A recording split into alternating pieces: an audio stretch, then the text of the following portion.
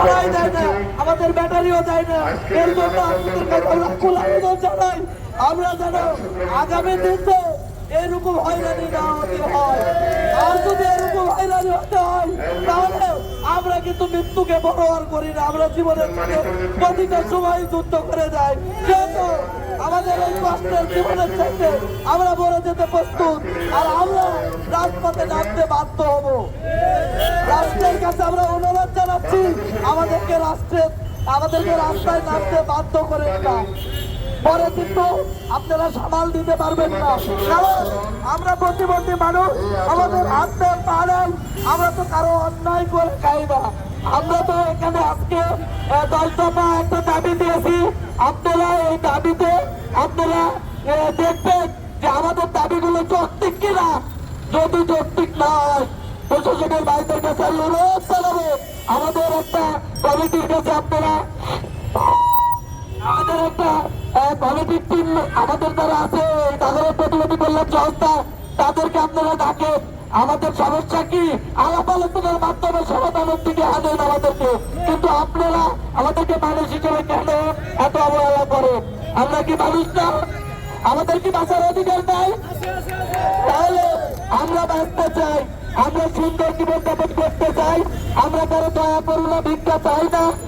আজকের এই প্রতিবন্ধী দিবসে আপনাদেরকে একটা মেসেজ আমরা দিতে চাই, আমাদের যতদিন ভিন্ন সরকার আমাদের পুনর্বাসন না দিতে পারবে ততদিন আমাদের এই প্রতিবন্ধী মানুষগুলোর গাড়ি যেন বন্ধ করে দেওয়া না হয়।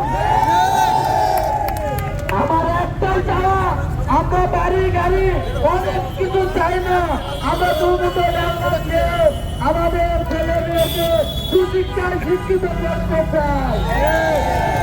একটাই চাওয়া, আমাদের ছেলে মেয়েকে সুশিক্ষায় শিক্ষিত করতে যেন পারি। আপনাদের কাছে আর না আমাদের দাবি 10 দফা দাবির মধ্যে আছে নাম্বার প্লেট।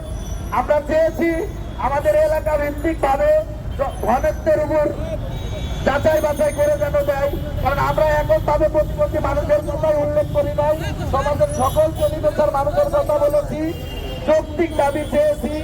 সেহেতু আমরা বলবো সরকারের কাছে আমাদের একটাই অনুরোধ, আমরা এই প্রতিবন্ধী মানুষ যারা বাংলাদেশের প্রতিবন্ধী নাগরিক, তারা তাদের রাষ্ট্রীয় কোনো কর্মস্থলের ব্যবস্থা না করা পর্যন্ত আমাদেরকে যেন হয়রানি করা না হয় এবং আমাদের গাড়িগুলো বন্ধ করে দেওয়া যেন না হয়।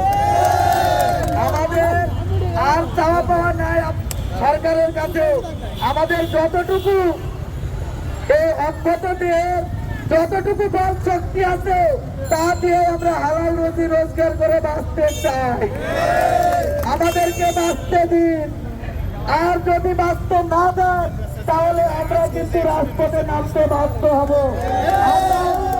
আমরা স্বেচ্ছায় আমরা আপনাদের কাছে আত্মসমর্পণ করবো, আমাদেরকে গুলি করে মেরে ফেলে দেয়, আমরা চাই না। কারণ আমাদের স্ত্রী সন্তান আছে, আমাদের পরিবারের কাছে পরিবারের বোঝা বইতে হয়। আর যখন আমার ছেলে যখন স্কুলে যায়, অনেকের ছেলে কলেজে যায়, তখন তাদের স্কুলের ফি দিতে পারে না, এই বাবা কতটা লজ্জিত হয়। আমরাও তো মানুষ, আমাদের ছেলে মেয়ের কাছে আমরা লজ্জিত হই। আমাদের স্ত্রী যখন তাদেরও মনের ভিতর কোনো শখ আহ্লাদ হয়, তারাও ভালো কাপড় চোপড় নেওয়ার যখন আমরা দিতে পারি না, তখন আমরাও কিন্তু অনেক লজ্জিত হই। তখন আমাদের বেঁচে থাকার আশা কিন্তু হারায় যায়। তারপরেও আমরা এই কষ্ট নিয়ে আমরা কিন্তু বেঁচে আছি। তাই আপনাদের কাছে আমি অনুরোধ করব, দয়া করে আমাদের বিষয়টা একটু আপনারা দেখবেন। আমরা কোনো আন্দোলন সংগ্রাম, আমরা কোনো ভাঙচুর, আমরা কোনো রাষ্ট্রবিরোধী এরকমটা কিন্তু না, আমরা রাষ্ট্রের পক্ষে। আমাদেরকে কেউ ভুল ভাববেন না, কারণ আমাদের অভিভাবক রাষ্ট্র। রাষ্ট্র যদি আমাদেরকে না দেখে আমরা কোথায় যাব?